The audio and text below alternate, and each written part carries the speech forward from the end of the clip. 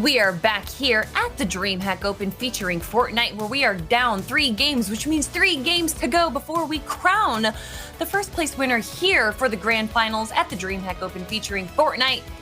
It is the who's who of European competition. The top 100 players from the semifinals are duking it out for the $250,000 prize pool that awaits them at the very end. Awaiting us here right now, it's Shia Wager and Levin 2K, and we got to see Nate take down Mr. Savage for the Victory Royale with 4 eliminations.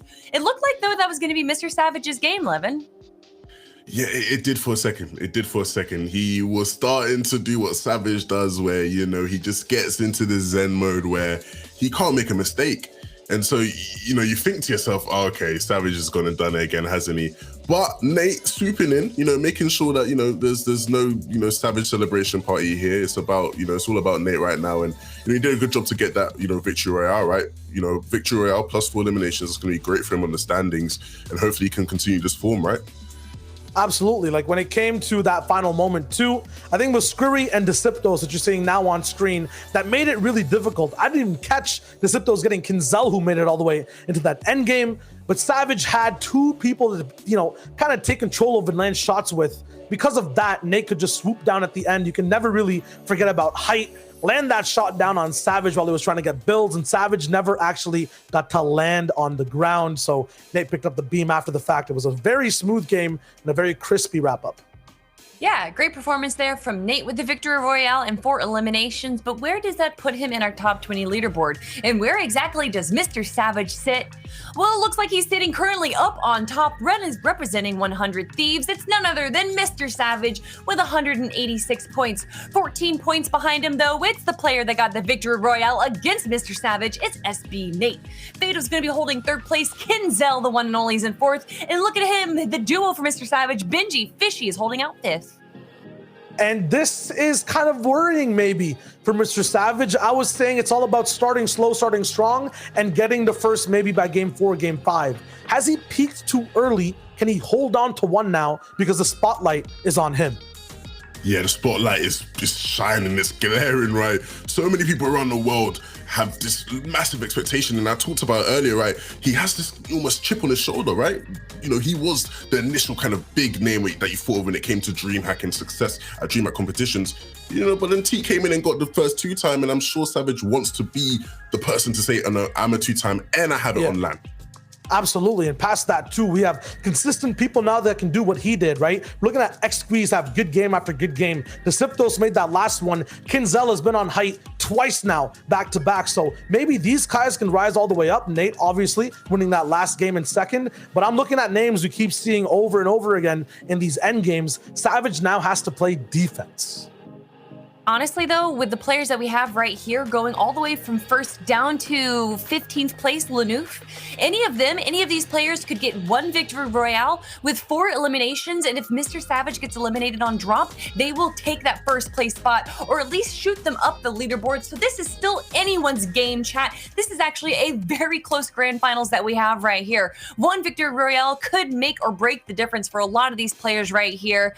And we're going to be jumping into game number 4 in just a moment, chat. If you guys are just joining us right now, we did get to announce that the duos competition is going to be taking over for the DreamHack Open in November. That's going to be Europe, North American East, and North American West, and the same $250,000 prize pool awaiting them.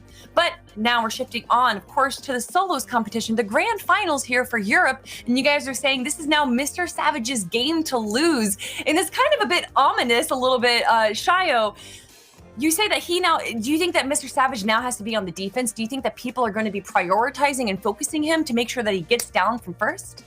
It's not about other people like and their relationship with him. It's kind of Savage and the relationship he has with himself, right? Like mentality-wise, he's been trying to grab number 1. Now he has it. What's next? Well, 11-2K, what is next?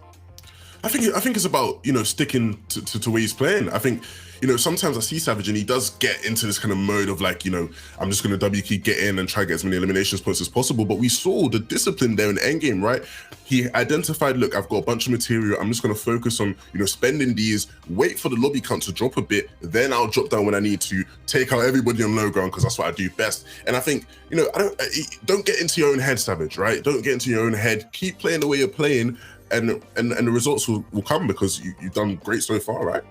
We definitely saw that in his first 2 games. He didn't get top 10 in either of those, but he was able to walk away 13th and 16th with 3 eliminations each. So even if you're not able to make it into the end game, as long as if you do have that mentality going into it, you are able to make it to the final 20 and still get a few eliminations off of that. That is clearly why we are seeing Mr. Savage up on top right now. 186 points, only a 14-point lead ahead of Nate though. And I actually just want to look down.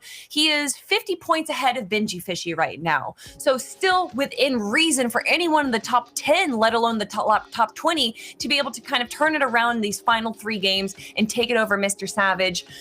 But before we jump into game number 4 here, 11-2K, what do you want to see? What's something that you hope to see in this game 4? You know, I want to see end game. Somebody drops down, preferably somebody.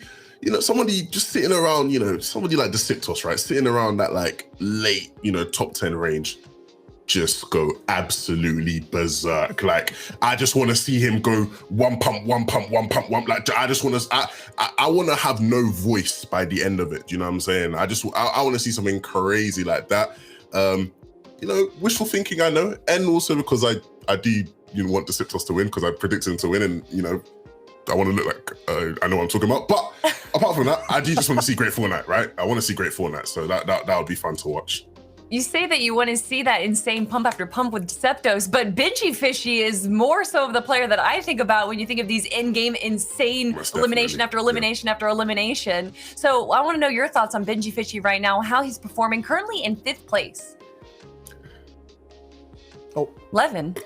You want to take it? I'll take it. I thought that was an 11 question. It was 11 question. It was. It's just with Benji, it's like, what more is there to say? I think we've seen his ability, we've seen his qualities. He's a world-class player. You know what I'm saying? He is a world-class Fortnite player, and he shows that the majority of the time, and he's showing that today. And I think, you know, with how he's played so far, if he's able to have that kind of performance, right, where he just does something crazy in the end game, it would be like the culmination of just everything we've seen Benji Fishy do this season and today, right?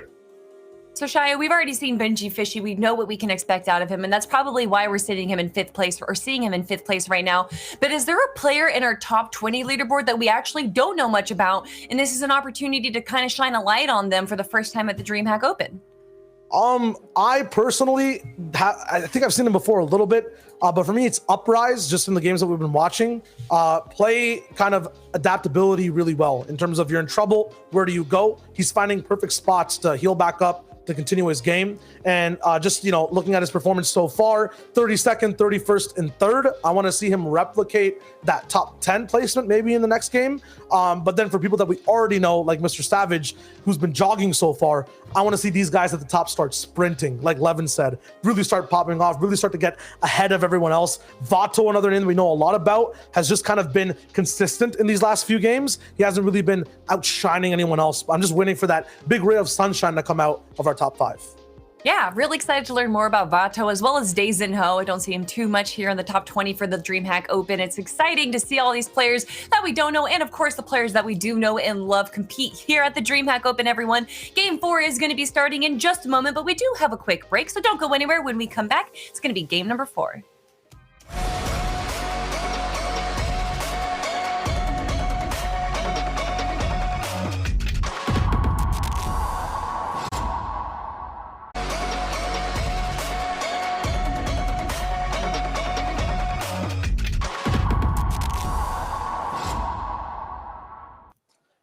Savage, Nate, and Vato are your top 3 going into game number 4, and the action does not stop whether we're at Stark Industries or all the way down at Weeping Woods. Levin, what is going to happen next? It's just going to be about who has that composure, right? You know, we talk about world-class players, right? Benji being one of them, Savage being one of them, and Nate and Vato, you know, obviously showing like their class as well, but, you know, the difference is going to be who's able to kind of maintain this level of performance, and that's what you separate the men from the boys at the end of the day when it comes to competitive Fortnite. And I cannot wait to see how it plays out in these last couple of games, because, you know, all it takes is just one other player just deciding you are the one, I'm taking you out of this lobby, and you know, you can potentially off-roll your whole tournament. Yeah, and Kelly's mentioning it too. This is one of the closest European grand finals we've seen, so it really is anyone's game in the top 10. And of course, right, when we have such, volatile standings, some of these early game engagements become incredibly important. Wakey going down. He's not been the best today, right? We spoke about him last game. He's had his troubles and gonna have to reset for the next. 6 goes down as well. That's tough. That is tough. Power Mythic. This man is just making all the right decisions for early game and picking up 10 of the freest points I've seen today. Yeah, but how free will it really be? Because when you've got a Nast on your back, things can get tricky. Oh, spoke too soon. Pretty free, man. Yeah. More than free. He's getting paid now, bro. Gold pump. He's got that purple Stark AR. He could choose to even get the burst if he wants to, but I don't know why you would. This AR is so much more versatile, so much more accurate and damage dealing than everything else. We're going back over to Retail Row, a POI we haven't seen too much of before. In terms of today, in terms of W keys in EU, right? I think in recent times, the one name that stands out to me as somebody who genuinely has no respect for the competition would be Vortex, right? Vortex, I've seen him stomp in the most stacked lobbies, right? If you are, Power Mythic, right? You're not doing so great on points. You've just completely stomped some of the best players in EU off spawn there. Do you just full send it? Do you just say, hey, look, I need as many points as possible? Does he, would you advise him to just completely stomp? I don't know if I would, but is that something that maybe plays in his mind?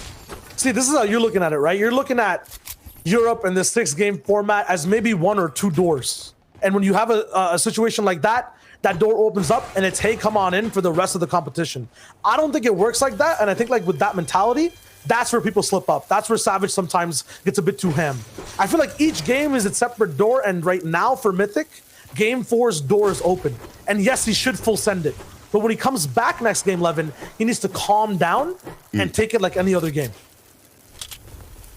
Was the wisdom there? Obviously, these players need a lot of wisdom because when you have 3 players within 4 boxes of each other, it doesn't end well for somebody. Skydu picking up 1 on Gooden, but ultimately being taken out there by Cried, and Cried swooping in there perfectly. Perfect timing, and that's going to be a great way for him to kick off his game over towards Retail Row. Obviously, the zones haven't been necessarily in his favor so far today, but this one seeming to be towards that area of the map. So it's going to be a great way for him to continue, obviously, being able to farm up freely now. Benji here over towards Dooms. We've seen him have a good day, right? We were talking about how Benji's, had a nice day towards Dooms already. We've seen a couple of the engagements happen here. And to be fair, Exteriors has had some success. Yeah, I mean, with those engagements too, with Benji and Exteriors, these guys have had random guests just drop down here. Snazy was here before, and I dropped there in game number 3, randomly landing over, or game number 2. This time it feels like, some of those bedrooms are empty in Doom's Domain's overall house, and it's just Benji and Exteriors looting this POI. And speaking of iDrop, I'd actually love to see where he opted to land this game, right? Because obviously he was sort of all over the place so far today. And like you said, a bit out of character for him, right? To just kind of be landing everywhere. I think we definitely do see that a lot in solos where certain plays just, you land somewhere, it's not working out too much, and so you decide you're going to go somewhere else, and then you end up in this endless vicious cycle of just changing up your drop spot. And even with that drop at Dooms, for some reason, Exteriors leaves the card behind. Maybe just letting Benji loot that first, no conflict whatsoever. Knowing no one else is at that POI, he'll come back and get that loot after he's done looting over Homely Hills. Naku, 85 points now. He's going to be at that upper echelon of players as well, the top 20. He's moving in, looking at his game so far. Starting off the day at 83rd, past that, started to play a bit better. 9th and then 18th place over his last 2 games. So starting to do a few things right, but really not hitting that top 5 or anywhere near the Victory Royale.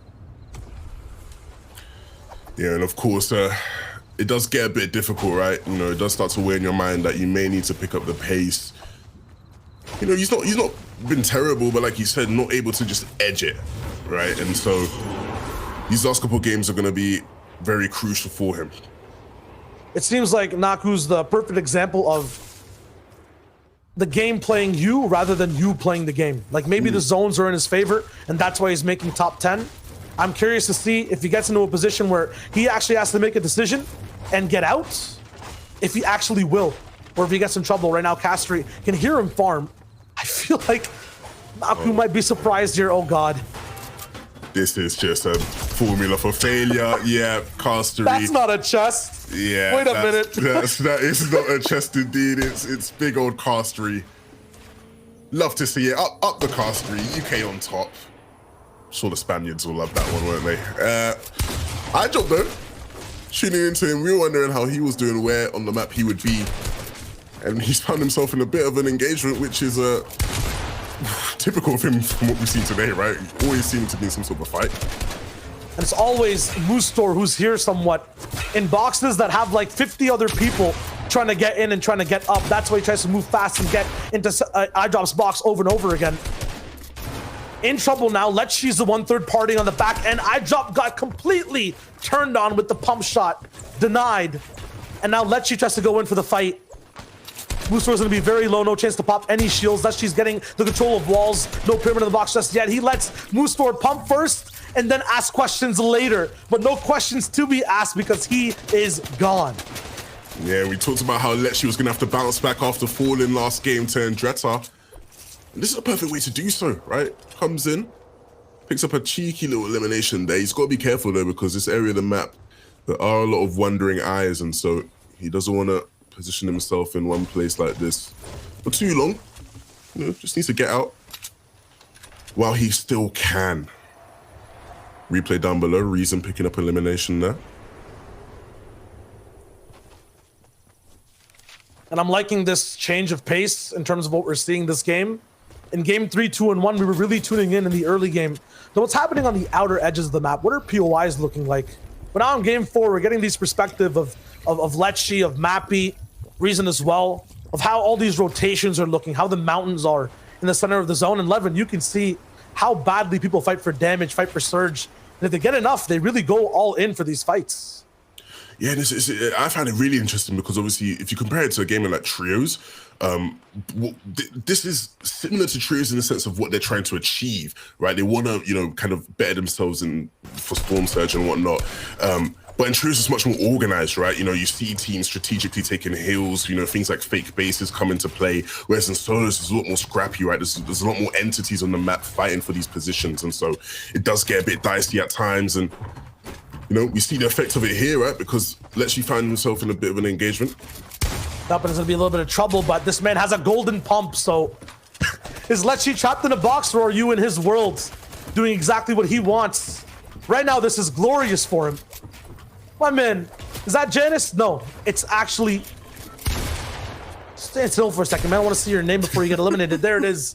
Jeez, Stronix taken out in an amount of time where you can't even read his name, man. Lechi's just too fast. Yeah, always a difficult one, right?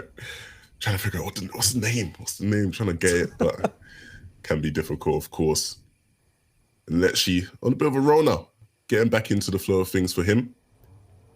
And that's going to be good because, you know, he still, you know, wants to be mentioned in this conversation of who can come out on top today. I think, you know, we're going to take it all the way down to the wire. And Rest Guard trying to get through the wire here, right into Riley's box. Shockwave's a bit too overzealous though. That actually does cost him a bit of damage there. This is rough, man. 100th place, game number 1. Close to 100th, game number 2 as well. Number 3 went kind of okay, 17 total points. But right now has to win a fight against one of the hardest players to win against in the world. And he's dropped down to slivers, no particles of HP even. And Noah Riley dusts him straight off to the bin. Yeah, that's honestly just down to basic box fighting mechanics. I referenced it earlier, but Rescard might want to hit Destiny Jesus' tutorial on box fighting right now because it's just looking a bit rough right there. No, Riley just a bit outclasses in there, right? Obviously gets that piece control, kind of disrupts him with the stare edit. You saw Rescard was trying to get out, but wasn't able to maneuver just in time, and as all the European Fortnite players would say, he did just get bullied. He did just get bullied, and it's kind of like there was more patience from Noah O'Reilly in that fight, and Resguard was just swinging over and over again, not really reacting to what Noah was doing completely. So with that patience, you get to have a counter shot in the fight. You get to have like some form of, you know, an answer instead of just asking questions over and over again like Resguard was with his shots. But wrapping it up, we move over to Lanouf, who has a really good spot for where the zone is. And even with the zone, it's so interesting, Levin. There's so many people spread apart in solo boxes that can't really see too well around them. Look at Podesai, you look at Jameswood and Jake. Anyone in front of Lanouf, they can really only have vision in one direction. On the other side is just a lot of people staring at your box. yeah, and if you are, you know, one of those, you know, players in that position, right? How do you go about tackling Surge? Obviously, the Surge counter is in play, and if you can only see so much, it's like, you know, what play do you really make? You're just going to end up aggravating someone who's near you, and then you get a situation where the whole lobby starts focusing onto one of you, and you got to pray that it's not you. So, you know, difficult times for some of these players here, and we spoke about it earlier. It's just the nature of solos, right? With so many different parties, so many different entities, having to occupy, you know, this small area can get a bit tricky. That's the story of mid-game. We are actually frozen in time now. 75 players. I think everyone's doing exactly what Lanouf is doing. So let's look at a replay. One of those cars that we're driving on the center of the map, flecking on your bottom left of the screen, is waiting for shots on. Is that Snazy? Please don't tell me that's Snazy. Maybe that's Nate. I believe that is Azek. Azek, okay. Yeah, Azek was he was on a bit of a joyride per se. Yeah. And Fleck put it to an end.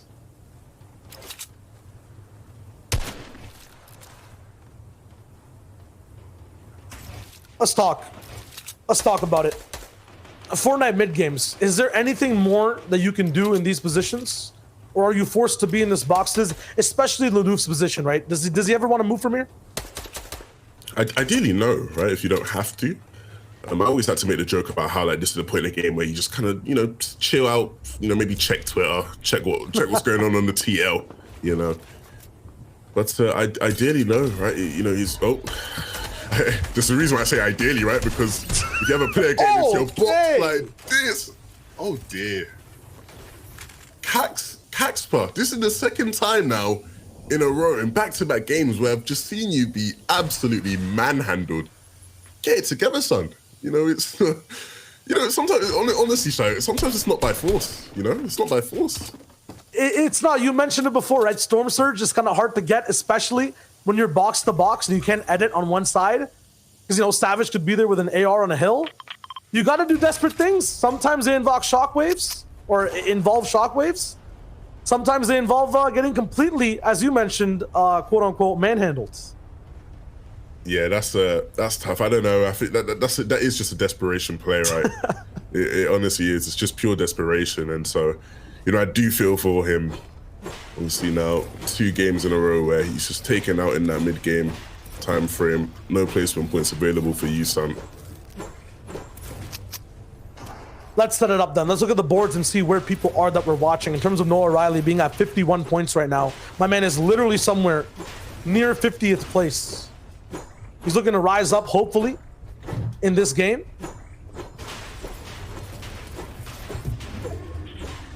But a bunch of different people looking to survive. Savage still somewhere near that top spot.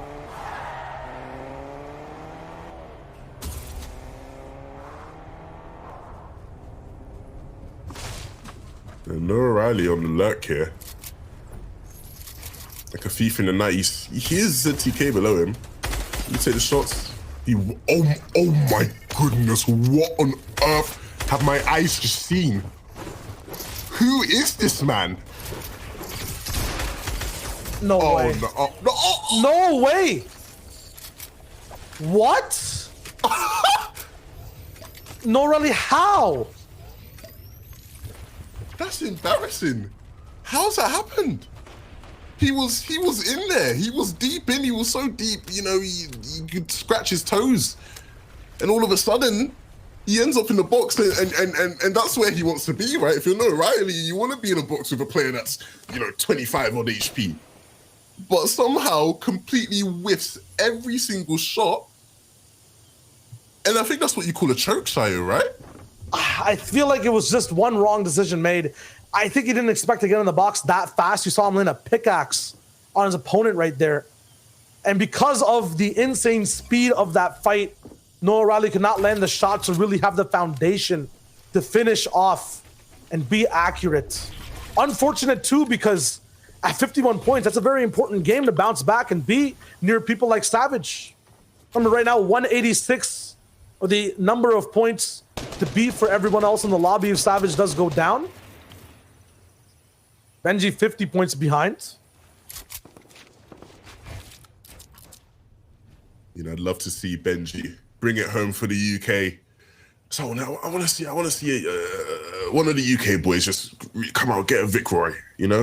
It's my first time casting the grand finals. Give me something to ride home about, boys. Come on, do it for me. Do it for me. A lot of national pride from all the countries playing in Europe today, but all these players too have a lot to prove in terms of, what's going down with solos.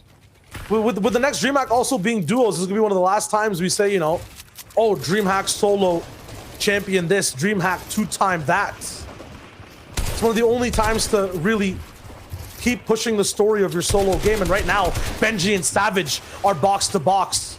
This is not Anaheim though. This is not the last game of the night. It's just a meeting these guys are having together. Savage taking a car and getting in, leaving Benji at the pit stop, Alpha with them in between. Yeah, and that's a fight that could get pretty destructive. Those two titans, especially the implications it'd have on the standings, right? Be huge. It'd be a perfect opening for someone like Nate to come in and say, hey, look, this is my time to shine. And Benji completely ignoring everything I've just said because he's trying to get in here and he goes down as a result of it. He shouldn't have. Yeah, that is completely deleted. That's brutal. And Savage gets his loot.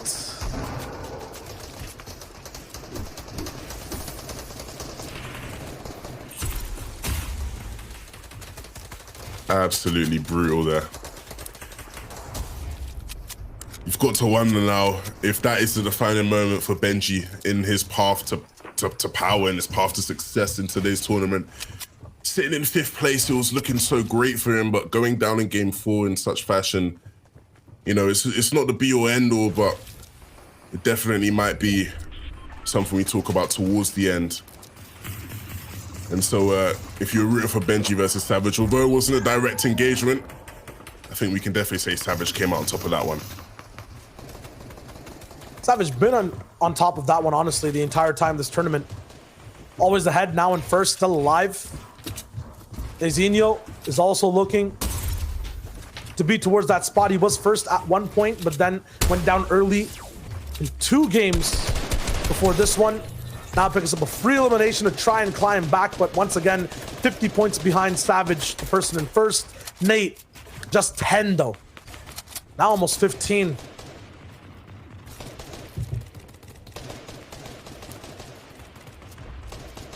Nate's somebody who sort of reminds me of Janice of last season, right? Where he's not really here to take fights. He's not really here to take any crazy engagements. He really just wants to make his rotations.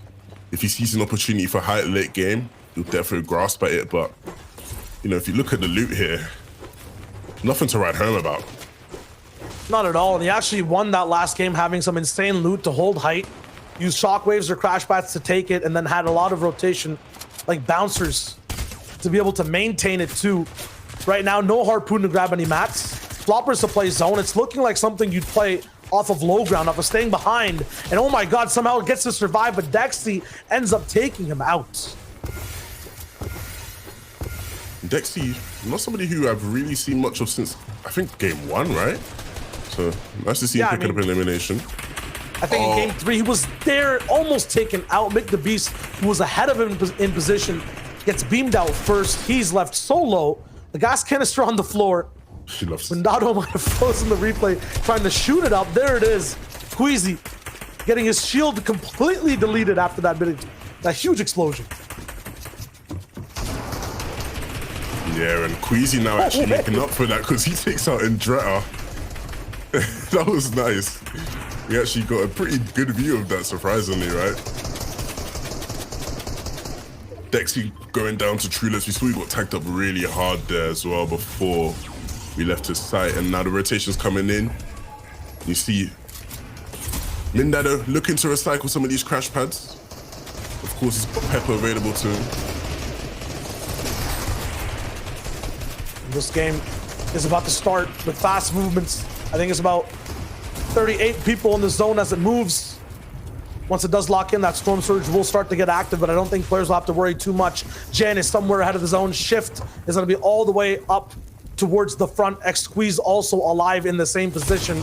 Have to be careful of Floki, who's on the same layer as Mr. Savage, who's on the same layer as Lecce. All trying to rotate as Castery takes to the skies on a broomstick.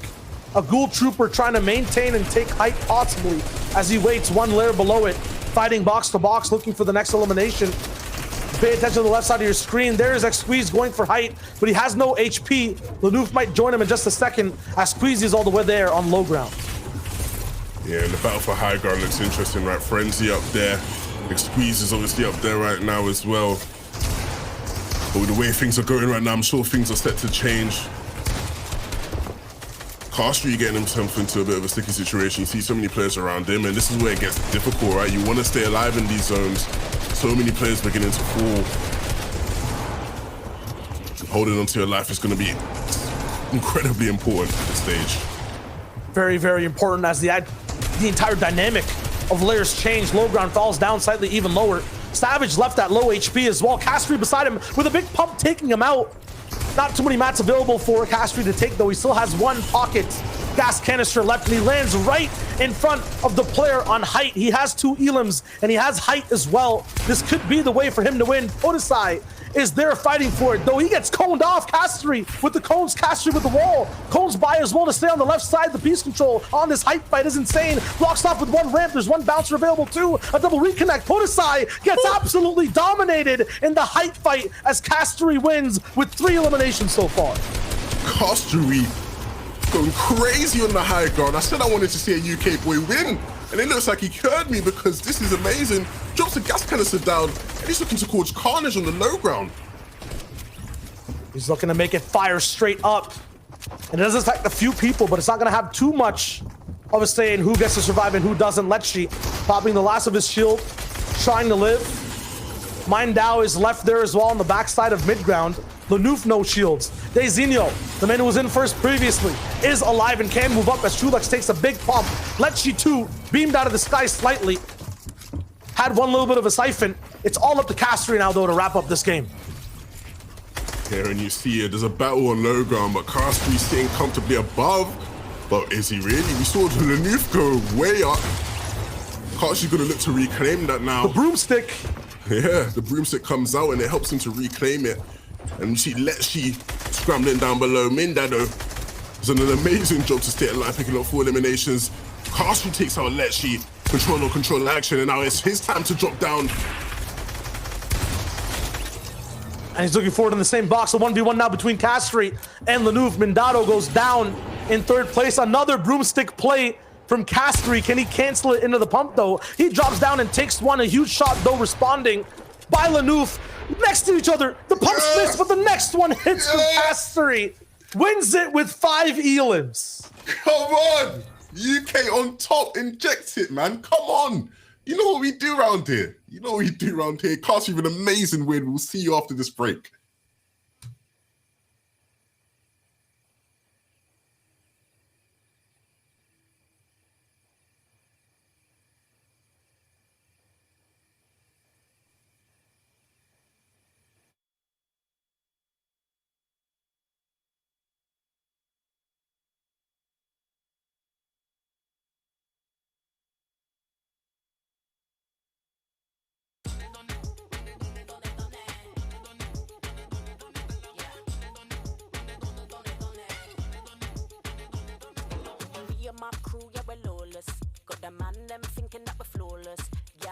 told you that I'm gorgeous. Got a million tricks, can't